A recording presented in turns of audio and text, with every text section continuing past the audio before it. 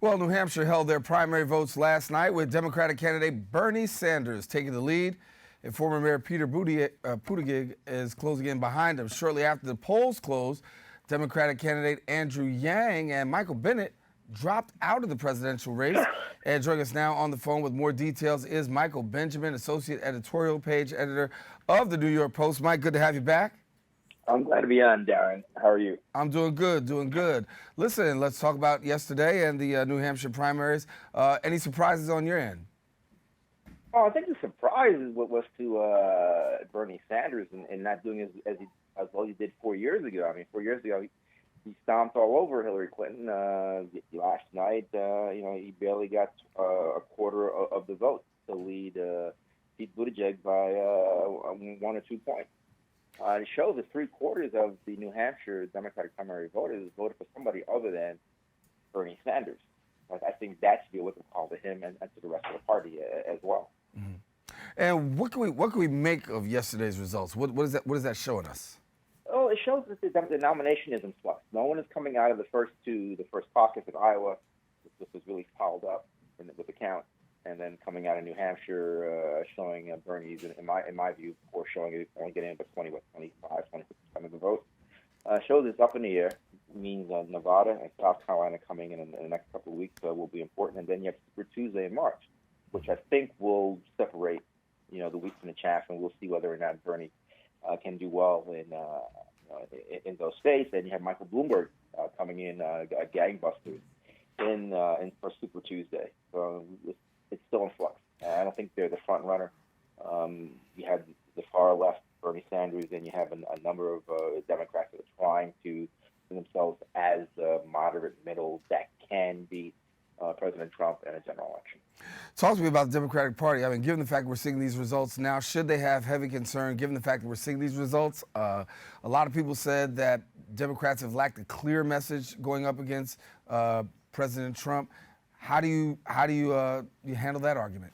Well, they don't need a clear message. They have to distinguish themselves from each other in order to win, for the party members who vote in the primary and the caucuses to choose a candidate, standard bearer. And then once you get to the convention, you can then decide what you're going to use as your platform to run against President Trump.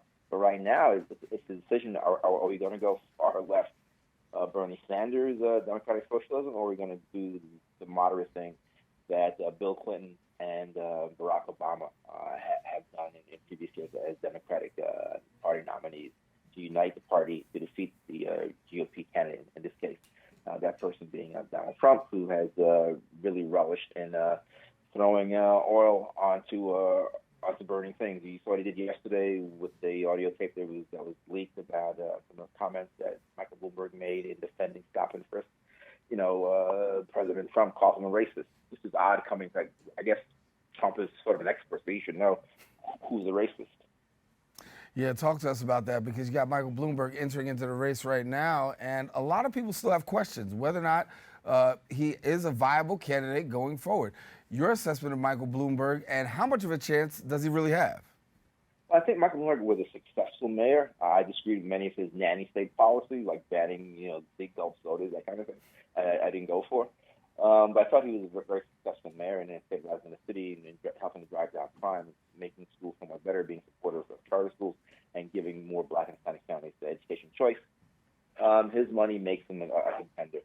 He's saturating the airwaves all across the nation with his name and his policies. And he's also using his opportunity through the media and through his ads to say that he's going to take the fight to Donald Trump. And I think that's what many Democrats are looking for, a moderate who's willing to take the fight to the president. And Michael Bloomberg is trying to cast himself as that person. Should a billionaire try to buy the nomination as he's doing? No, I don't think that should happen. So, no, we'll see how things play out. I mean, he's offered some interesting policies, but hasn't been in a debate yet with the other contenders. We'll see what happens in the next few weeks. I mean, he has to apologize to Blacks and Latinos with the stop and frisk policies. Now it got out of hand. We'll see what that does for him. But apparently, he's gaining traction among Black voters in Nevada and South Carolina. We'll see what happens. Yeah, and I know we talked about stop and frisk before on the show, but when it comes to the issue of stop and frisk, it doesn't seem like it's enough to keep holding him back. As a matter of fact, as you mentioned, he's gaining traction. again, getting traction, and he's talking about some economic opportunity and things that would be helpful to African Americans and Latinos and low-income people across America. He's talking about the need to tax his class, the wealthy, and tax them a little bit more so the nation can get some programs and priorities taken care of.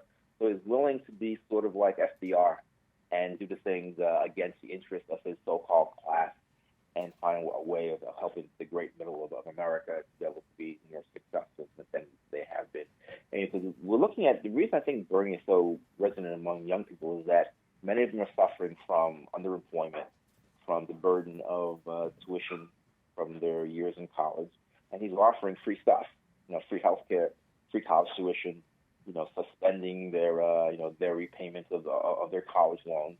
They want free stuff, but they want to get out under the burden. They want to be able to buy a house like their mom and dad and their grandparents did. They don't feel they have that hope and burden. So it seems to be the person giving them that kind of hope. Mm-hmm. But hopefully, we'll see what the candidates offer, and we'll see what happens. As I said, 3/4 of New Hampshire voters voted against their next door neighbor, the Vermont Democratic Socialists. Yeah, well, let's talk about this. I mean, you've got Andrew Yang dropping out of the race, Senator Michael Bennet of Colorado. You still got a couple names left. You got Tom Steyer, Tulsi Gabbard of Hawaii, and former Massachusetts Governor Deval Patrick.